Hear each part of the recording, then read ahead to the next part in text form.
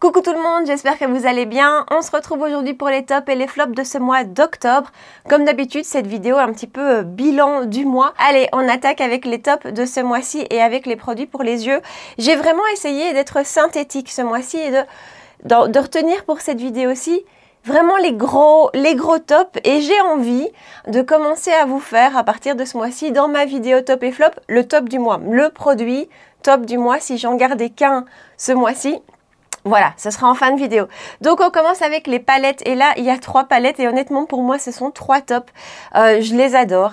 D'abord la Gleaming Rocks de chez Wycon. Alors toujours petite parenthèse, si vous voyez quelque chose qui déconne ici, ce sont mes yeux qui pleurent.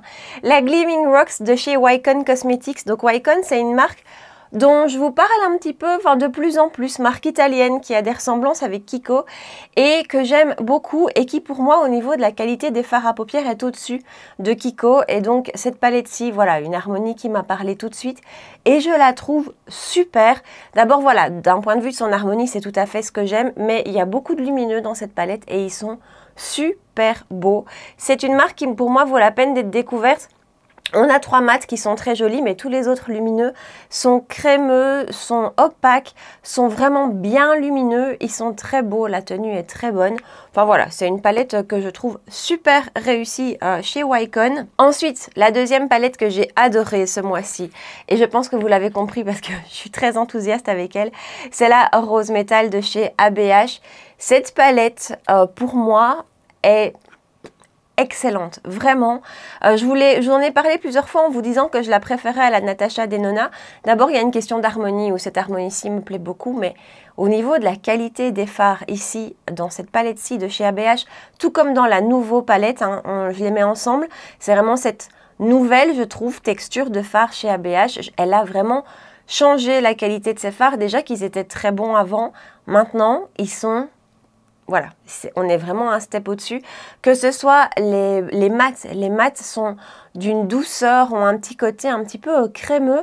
Ces fards se travaillent tout seuls, ils se mélangent tout seuls, c'est sublime. Les lumineux, même chose, ils sont crémeux, ils sont pigmentés, ils glissent tout seuls. Ils s'appliquent au pinceau aussi bien qu'avec le doigt, la tenue est excellente. Cette palette, c'est un bijou pour moi, vraiment je la trouve hyper réussie. Le packaging lui aussi est très très beau, donc voilà, ça c'est une super belle palette. Et alors la troisième, c'est celle de chez Vive, la 90s palette. On est tout de suite dans un autre format. Voilà, elle est très très grande. Le packaging est sublime. Oh, je trouve qu'il est très réussi. Chez Vive, il y a toujours ce côté très classe, noir, que moi j'aime beaucoup. Et alors, l'harmonie de cette palette. Vous avez été nombreuses quand elle est sortie sur Cult Beauty ou sur Space NK à m'écrire, à me dire « Regarde, c'est la Charlotte palette qui est sortie ». Et c'est vrai. Alors ça, moi, c'est tout ce que j'aime. Encore une fois, en caméra, elle rend plus intense que ce qu'elle n'est en réalité. Elle paraît comme ça très grise et assez unie. Je vous assure qu'elle ne l'est pas et qu'elle est tout à fait portable. Et pour mes goûts et pour ce que moi j'aime porter au quotidien, c'est à la limite la plus portable des 3, cette palette-ci, parce que voilà, les mats, moi c'est de nouveau des teintes que j'aime beaucoup, et les lumineux, là où je leur reproche quelque part de ne pas avoir assez de scintillant, en même temps, ce sont des lumineux qui sont super faciles à porter, qui sont discrets, mais qui apportent quand même cette petite touche un petit peu de lumière. Et puis surtout, voilà, moi, ce sont les mats. Ils sont hyper faciles à travailler. Ils se travaillent là aussi tout seuls. Ils se fondent tout seuls entre eux. Pour moi, ce sont toutes des teintes qu'on peut même porter seul. Voilà, n'importe lequel de ces mats, seul, partout sur la paupière, ça va être super joli avec un beau trait de liner, avec ce côté un petit peu smoky. Ça va être canon. Voilà, alors je l'ai beaucoup utilisée, soit toute seule. J'ai fait plusieurs make-up avec elle toute seule. Mais alors combinée à des monos, pour moi, ça c'est la base. Voilà. Si vous aimez les tons froids, pour moi, ça c'est la base au niveau des tons froids. La palette qu'on va chercher pour tout construire autour d'un beau lumineux. Je l'ai utilisé avec un fard Glam Shop par exemple, c'était juste canon. Donc voilà, je l'adore. Et en termes de palette de gris, moi j'adore celle de chez Jeffree Star. C'est vraiment une de mes basiques, la Cremated, des beaux gris et toute une série qui tire un petit peu vers le vert, qui elle est très très belle aussi. Mais je ne sais pas pourquoi, pour moi celle-ci est encore plus facile à utiliser que la Jeffree Star au quotidien, peut-être parce qu'il y a moins de teintes et peut-être parce que les nuances ici sont vraiment des nuances un peu plus gris taupe, encore plus facile à porter, je trouve. Bref, cette palette, si vous aimez les tons froids, elle est sublime. Ensuite, en teint, je vais vous parler de 2 fonds de teint que j'ai vraiment beaucoup aimé. D'abord, celui de chez Shiglam, le Skin Finite Hydrating Foundation. Les fonds de teint de chez Shiglam, honnêtement, jusque-là, pour moi, ce sont des belles réussites. Et celui-ci, il est super beau. Il est super réussi. Il n'a rien à envier à des fonds de teint de luxe. Honnêtement, il a tout pour lui. Il s'applique très facilement en 2-2. C'est pas un fond de teint compliqué. Il a une couvrance qui est très jolie, qui est vraiment une couvrance pour tous les jours. Il a un rendu naturel, il n'a pas un rendu glowy. Pour moi, il a une bonne tenue. Ce fond de teint, je n'ai vraiment rien à lui reprocher. D'un point de vue brillance, vous savez que j'ai la peau grasse. D'un point de vue brillance avec lui, ça va, franchement, ça se passe bien. Surtout si je le combine avec le baume d'Anessa Myrix. Mais donc, je vais vous dire, il n'a pas ce côté glowy, il n'a pas ce côté gras. Et en fait, on va un petit peu rejoindre mon deuxième fond de teint favori de ce mois, le teint Idol Ultra Wear de Lancôme. Celui-là, il me faisait peur. Sérieusement, à la base, je ne pensais pas du tout le tester parce que Care and Glow, tout ça, je vous l'ai déjà dit, c'est vraiment le genre de produit vers lequel je ne vais pas. Je vais maintenant plus facilement vers des fonds de teint naturels, mais c'est vrai que quand je vois glow, c'est quelque chose qui me fait peur parce que ma peau, elle glow toute seule. Elle n'a pas besoin d'en rajouter une couche. Donc, si vous ne m'aviez pas demandé, si vous ne m'avez pas aussi bien vendu le produit, je ne l'aurais pas testé. Mais en fait, finalement, on est sur 2 fonds de teint hydratants, sur 2 fonds de teint avec un fini naturel. Et j'adore leur rendu, vraiment magnifique. Vraiment, ce fond de teint de chez Shiglam est super. Et alors, en plus, on est sur un tout petit prix.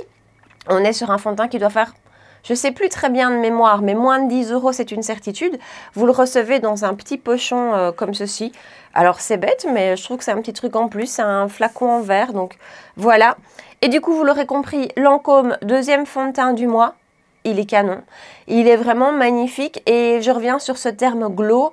Là, je ne suis pas d'accord en fait. Pour moi, c'est un fond de teint qui a un rendu naturel, mais qui n'a pas un rendu glowy. J'avais vraiment peur de ça. Il y a des fonds de teint, voilà, quand on les applique, pardon. On a vraiment ce côté très glow où moi, à la limite, je ne me sens pas bien. J'ai l'impression tout de suite d'avoir ce côté un petit peu fondant sur ma peau. Vous voyez ce que je veux dire? Comme j'ai ma peau qui produit du sébum tout de suite.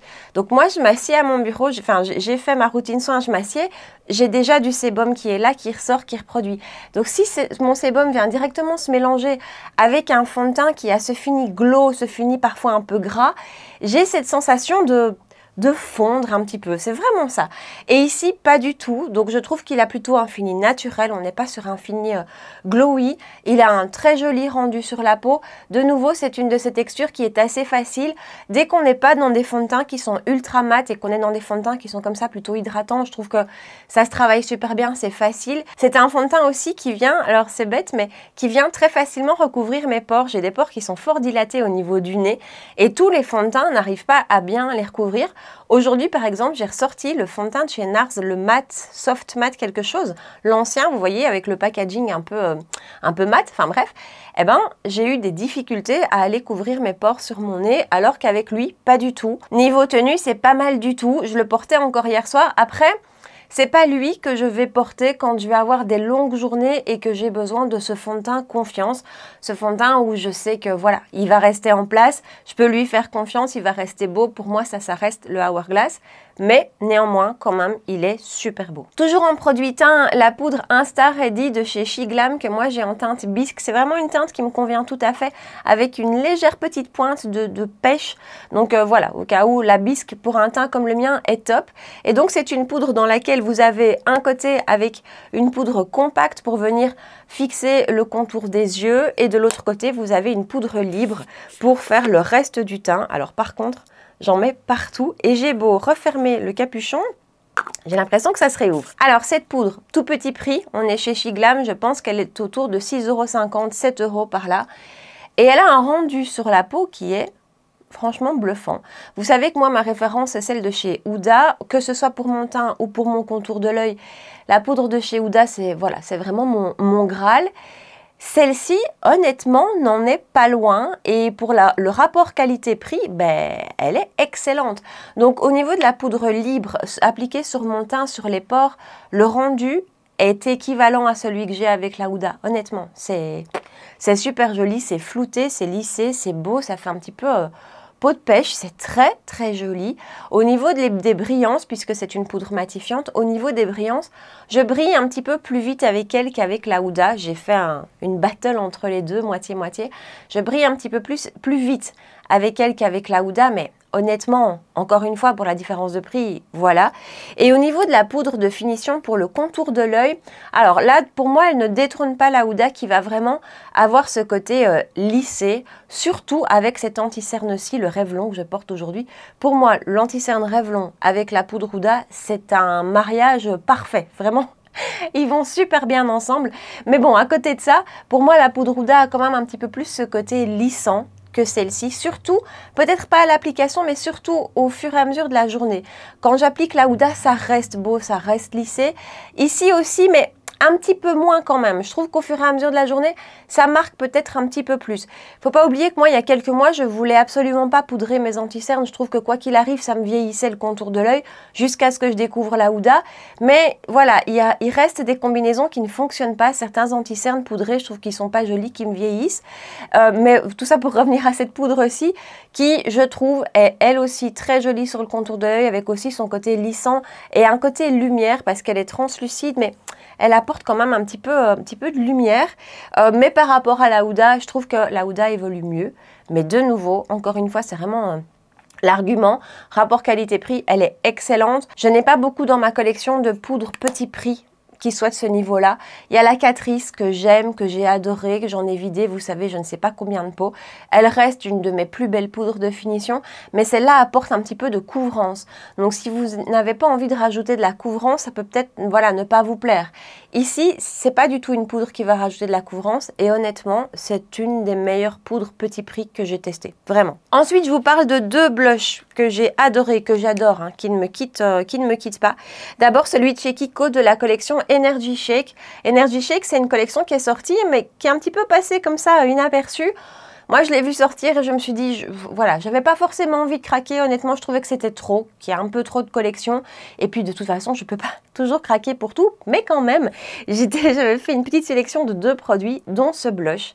Il est sublime. Donc, ce sont les Long Lasting Blush. Et cette teinte, la 01 Natural Fit, elle est, ah, je vous assure, elle est super belle. C'est un blush qui est, sa texture est superbe. C'est un blush mat et il a vraiment une texture un petit peu, même sous le doigt, un petit peu, j'ai presque envie de dire crémeuse, fondante en tout cas. C'est une poudre qui a un côté fondant, estompé, il est super joli. La teinte, elle est parfaite, je trouve. C'est une teinte neutre avec des pointes de rose, mais aussi des pointes de pêche. C'est un blush que j'ai mis autant avec des make-up qui tiraient dans les pêches, dans les tons chauds, que dans les tons froids. Il va avec tout et la tenue est incroyable. Honnêtement, la tenue de ce blush, pour moi, il ne bouge pas.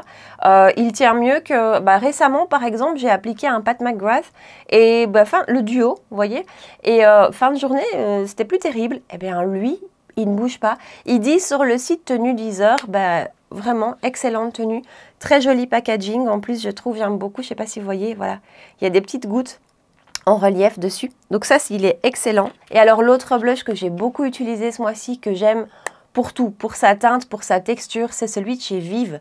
Ce sont les Sunset Blush. Et donc ici, vous avez la teinte Piazza, qui est très foncé, qui est très soutenu. Je voulais utiliser 2 fois ce mois-ci. Voilà, il est très soutenu, il est très pigmenté, mais si on utilise le bon pinceau, si on a la main légère, même sur une peau claire comme moi, c'est pas du tout un problème. C'est une teinte qui est juste sublime pour l'automne. Voilà, c'est vraiment une teinte qui appelle l'automne. Je le trouve super beau, texture très fine, qui vient vraiment se fondre. En même temps, si c'était pas le cas, ce serait pas dans mes tops du mois. Très bonne tenue aussi. Voilà.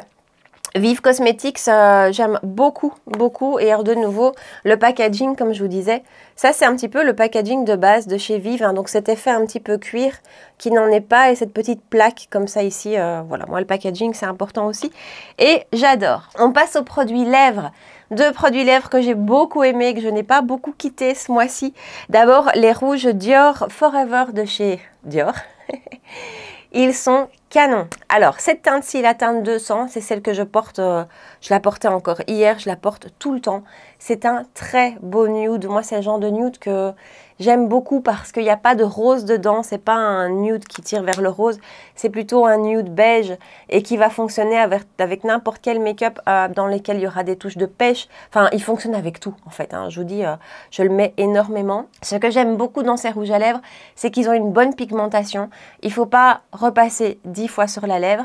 Une fois que vous l'avez appliqué, vous attendez quelques minutes qu'il se fixe un petit peu et il ne bouge plus. Il a une excellente tenue, vraiment. Super belle tenue et confortable en plus. Donc, ça reste un rouge à lèvres mat avec un fini mat qui, comme je vous dis, se fixe après plusieurs minutes, mais qui, je trouve, reste confortable, reste beau. Voilà, je l'adore. Je vais en racheter d'autres teintes, hein, je vous l'ai dit. J'attends juste d'aller les swatcher en boutique parce que il n'y a rien à faire. Je trouve qu'acheter ces rouges à lèvres en ligne, c'est pas évident. À chaque fois, moi, quand je reçois les teintes, j'ai un petit côté un peu déçu. Enfin, c'est pas forcément ce à quoi je m'attendais. Donc, je vais aller swatcher en boutique. Mais ça, pour moi, c'est des super beaux rouges à lèvres mat. Et ensuite, dans une gamme de prix tout à fait opposée, les This Is Milky Gloss de chez NYX. Ces petits produits sont canons. On est tout à fait dans l'opposé du Dior puisqu'on est sur un gloss, donc on n'a pas de tenue. On est vraiment sur quelque chose de ultra lumineux. Moi, c'est vraiment le genre de produit qui est toujours soit sur mon bureau, soit dans mon sac à main parce que juste de temps en temps, j'ai envie de rajouter un petit peu de confort ou un peu de lumière, donc voilà. Mais alors en plus, ils sont pigmentés. Il y en a toute une série, je crois qu'il y a une dizaine de teintes et ils sont bien pigmentés. Donc ça, j'aime bien aussi ces glosses qui viennent rajouter vraiment une teinte, qui viennent vraiment embellir la lèvre. Ils sont canons. Comme je vous l'avais dit, avec les teintes un petit peu plus soutenues, comme le rouge où il y a plusieurs roses un peu fuchsia, je vous conseille d'appliquer un contour des lèvres avant, un crayon contour des lèvres parce qu'ils peuvent avoir tendance à légèrement filer. Mais à part ça, voilà, cette teinte-ci, ici, c'est, j'ai oublié son nom, Mango Lassie, c'est une de mes préférées. Je vous ai fait une vidéo petit prix dans laquelle je vous les swatch tous. Je vais vous l'accrocher ici. J'ai 6 teintes, je vous swatch les 6 teintes sur mes lèvres. Et voilà, j'adore ces produits, ils sont super réussis. Allez, on passe au flop du mois et là, il y en a quand même 4. D'abord, le All Hours Foundation de chez Yves Saint Laurent, le fond de teint mat lumineux.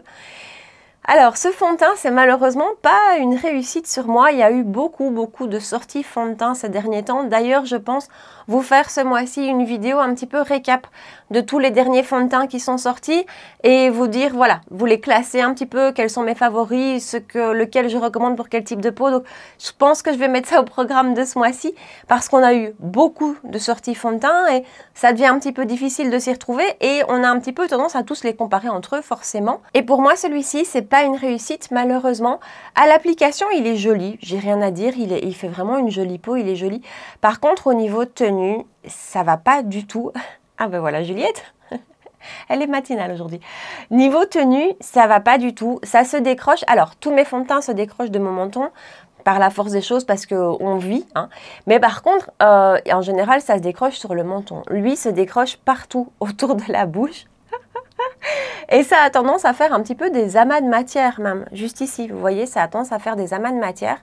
Donc ça, c'est voilà, c'est pas joli, c'est pas du tout un fond de teint confiance pour moi. Alors ils disent fini mat lumineux, ça je suis d'accord, c'est vraiment un fini plutôt semi-mat, un fini que je trouve même plutôt naturel, il a pas trop ce côté mat, donc, mais il a un joli rendu encore une fois sur la peau. Pour moi, le problème c'est vraiment au niveau de la tenue, c'est pas extra, donc lui c'est un flop ce mois-ci.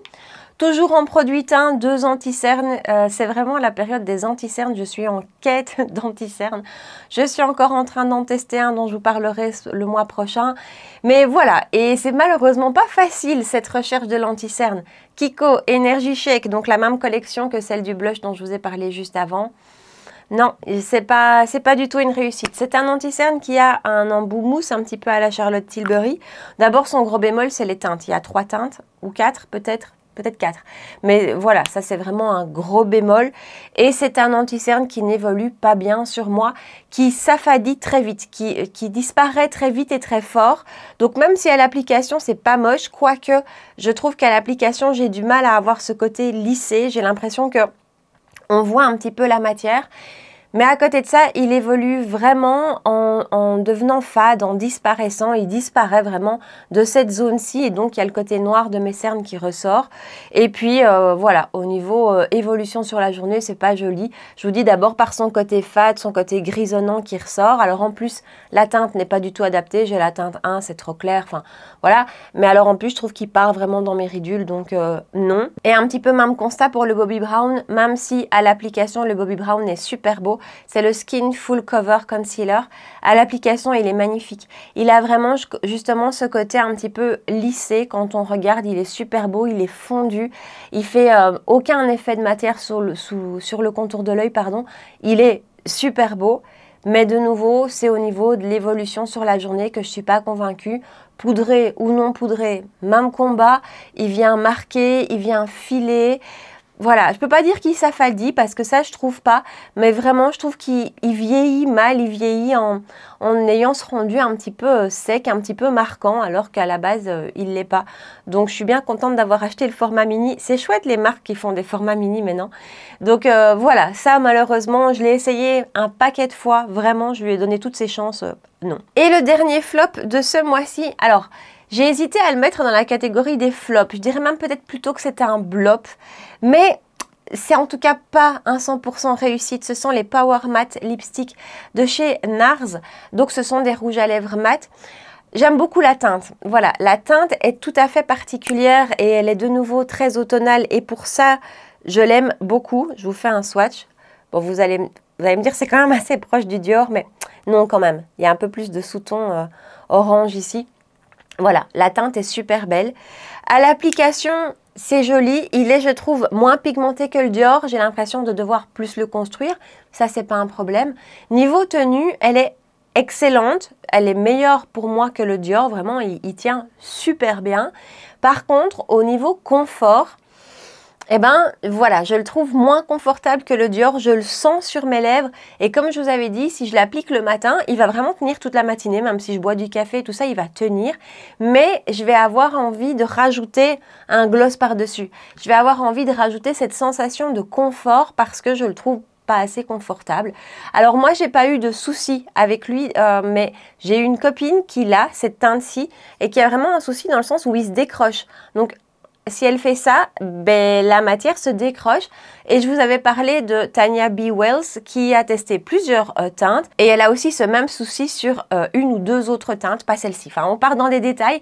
Mais donc en plus, il peut y avoir ce côté-là où ben, du coup, c'est pas très joli parce qu'on se retrouve avec des trous. Moi, encore une fois, j'ai pas eu ce problème-là.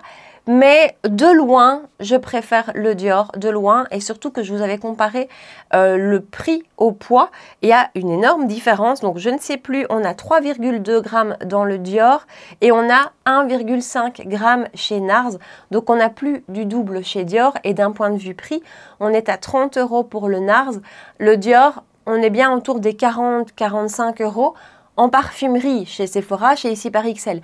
Si vous allez choper chez Calista, chez Tendance Parfum, chez Myory Jeans, chez Parfum Dreams, tous ces sites où toutes ces marques sont moins chères, vous allez l'avoir à 30 €, même prix que le NARS, double du poids, beaucoup plus confortable. Voilà. Comme maintenant, c'est un peu de nouveau la période de ces rouges à lèvres mat, un petit peu comme les fonds de teint, on a tendance à tous les comparer entre eux. Et moi, si je les compare, il n'y a pas photo, le Dior l'emporte haut la main. Et donc, comme je vous disais en début de vidéo, j'ai envie, à partir de maintenant, dans ces vidéos top et flop, d'essayer, et c'est pas toujours facile, de vous retirer le top du mois, le produit de ce mois d'octobre. Pour moi, c'est la palette Rose Metal de chez Anastasia Beverly Hills. Elle m'a bluffé, elle me bluffe cette palette. J'ai pas fait un make-up qui m'a pas plu, j'ai pas raté un make-up dans le sens où j'ai pas eu un fard qui se travaillait moins bien ou... Non, c'est un petit bijou, la tenue est excellente, la pigmentation, la qualité, l'harmonie. Cette palette, je l'aime d'amour. Donc voilà, si je ne devais garder qu'une nouveauté aujourd'hui, qu'un top, ce serait elle. Voilà pour notre vidéo top et flop de ce mois d'octobre. Partagez-moi ici en bas dans les commentaires. Dites-moi quel a été votre top. le top du mois si vous ne gardez qu'un produit.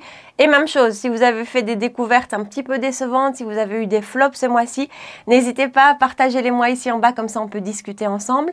Comme d'habitude, si vous avez aimé la vidéo, si vous avez passé un bon moment avec moi, n'hésitez pas à liker la vidéo, à me rejoindre sur Instagram. Vous pouvez toujours m'envoyer des messages privés, j'essaye de toujours vous répondre. Donc n'hésitez pas. Et puis si ce n'est pas encore fait, vous pouvez aussi vous abonner à ma chaîne de rendez-vous make-up par semaine les mercredis à 19 h et les dimanches matin à 9 h. Voilà. En attendant, prenez bien soin de vous et je vous dis à très bientôt. Ciao!